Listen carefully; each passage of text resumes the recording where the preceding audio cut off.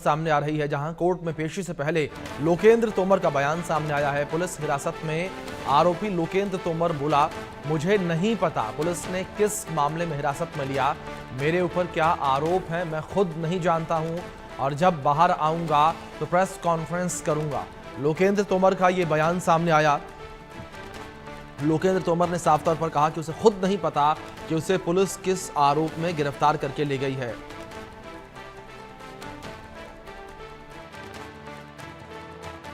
मुझे इसके बारे में कोई नॉलेज नहीं। आपके पास काला बैग है, काले रंग का बैग है, वो जो लिखा गया उसके बारे में क्या कहेंगे? उसका भी मुझे पता नहीं है, आरोप के बारे में पता नहीं कुछ भी अभी मुझे।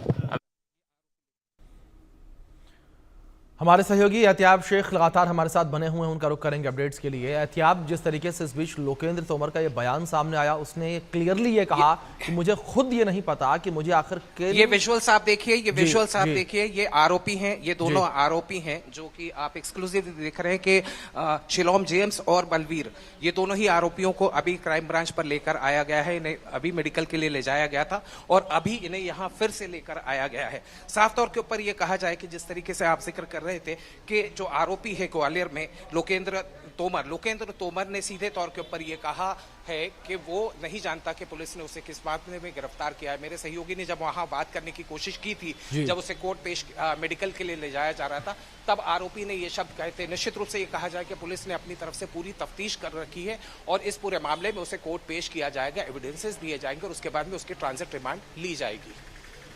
जी, जाहिर तौर पर एहतियाब, लेकिन दूसरी ओर जिस तरीके से एहतियाब यहाँ पर आरोपी ये कहता नजर आया कि मुझे खुद नहीं पता कि मुझे किन आरोपों में गिरफ्तार किया गया है, और इसके बाद उसने ये भी कहा कि जब मैं बाहर आऊंगा तो प्रेस कॉन्फ्रेंस करूंगा। देखिए, निश्चित ही आरोपी ने जो भी बयान दिया है, साफ तौर के ऊपर अभी बहुत निकट भविष्य के अंदर इस तरह की संभावनाएं नजर नहीं आती, क्योंकि पुलिस ने जो पूछताछ की और उसके बाद में कोर्ट पेश किया जा रहा है और मेघालय पुलिस इस मामले में लोकेंद्र तोमर की ट्रांजिट रिमांड मांगेगी। तो जाहिर सी बात है कि अभी फिलहाल तो वो दूर की कौड़ी नजर आती है, लेकिन जिस तरीके से आरोपी ने अपना बयान दिया, अपने आप को निर्दोष साबित करने की बात कही है, जाहिर सी बात है ये पुलिस जांच के अंदर बहुत जल्द इस बात का खुलासा हो जाएगा। बिल्कुल एहतियाब, जाहिर तौर पर किस तरीके से पूरे मामले का खुलासा होता है, इस पर सभी की निगाहें जो हैं वो बनी हुई हैं। इस बीच आप मेरे साथ बने रहें, एक बड़ी खबर निकलकर सामने आ रही है। राजा हत्याकांड में पुलिस को बड़ी सफलता मिली है। शिलांग पुलिस ने इंदौर से सीसीटीवी डीवीआर जब्त किए हैं। हीराबाग के अपार्टमेंट के आसपास के कई सीसीटीवी डीवीआर जब्त किए गए हैं और हत्याकांड फुटेज से जुड़े हुए राज सामने आ सकते हैं। राजा हत्याकांड के मामले में जांच कर रही शिलांग पुलिस जो है उसने इस पूरे केस को सुलझाने में जुटी हुई है और इंदौर में 8 दिनों से शिलांग पुलिस जो है वो लगातार तहकीकात कर रही है। हमारे सहयोगी एहतियाब शेख लगातार तमाम अपडेट्स हम तक पहुंचा रहे हैं, सीधे उनका रुख करेंगे। एहतियाब, जिस तरीके से अगर शिलांग पुलिस को लेकर बात करें, लगातार इंदौर में 8 दिनों से शिलांग पुलिस है तहकीकात कर रही है। जिस तरीके से पहले भी आपने कुछ जानकारियां दी थी कि किस तरीके से सोनम के परिवार से बातचीत की थी, दूसरी ओर राजा के परिवार से बातचीत की गई थी और अब ये सीसीटीवी डीवीआर जब्त किया है। कितना अहम ये सीसीटीवी डीवीआर बताया जा रहा है?